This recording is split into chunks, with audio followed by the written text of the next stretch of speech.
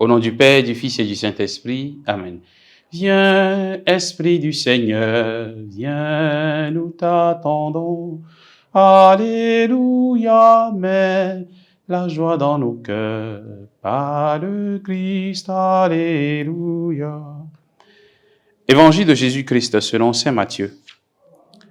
En ce temps-là, comme Jésus montait dans la barque, ses disciples suivirent.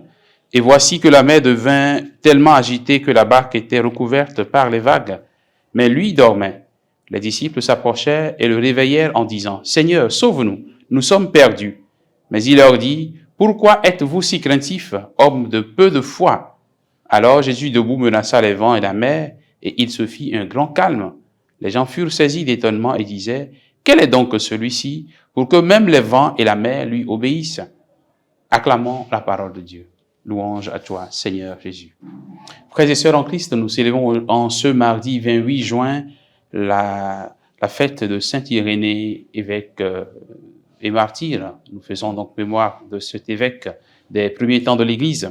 Hier, nous avons vu comment le Seigneur nous invite à partir ailleurs, à affronter de nouveaux défis dans notre vie de foi, à faire des efforts pour changer les habitudes, pour changer cette tendance à s'enliser. Aujourd'hui, nous comprenons que ce mouvement, cette aventure vers un renouvellement intérieur, comporte des risques et des difficultés. Jésus s'en va sur la mer avec ses disciples, et c'est pendant qu'ils étaient en train de ramer, en train d'avancer, que le vent les retrouve. Et ce vent symbolise nos peurs, les épreuves, les contrariétés, les oppositions que nous avons dans chacune de nos vies, toutes ces difficultés que nous rencontrons au jour le jour.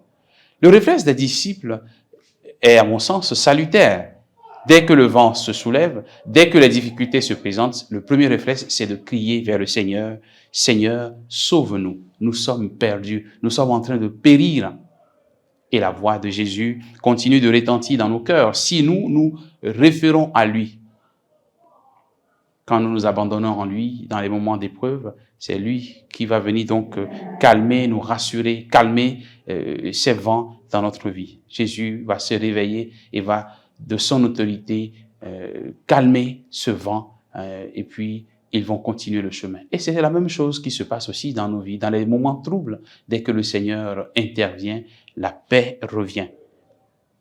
Notre foi nous rassure et nous permet donc d'affronter ces grandes épreuves, ces grandes difficultés. Demandons au Seigneur cette grâce d'une foi plus grande pour qu'il ne nous trouve pas comme ses disciples, pour que nous puissions, à cause de notre foi et par notre foi, que nous puissions vraiment nous en référer à lui et qu'à cause de la foi, nous puissions surmonter toutes ces épreuves qui peuvent se présenter dans nos vies. Que le Seigneur nous bénisse en ce jour, qu'il nous donne cette grâce de la foi en ce jour au nom du Père et du Fils et du Saint-Esprit. Amen.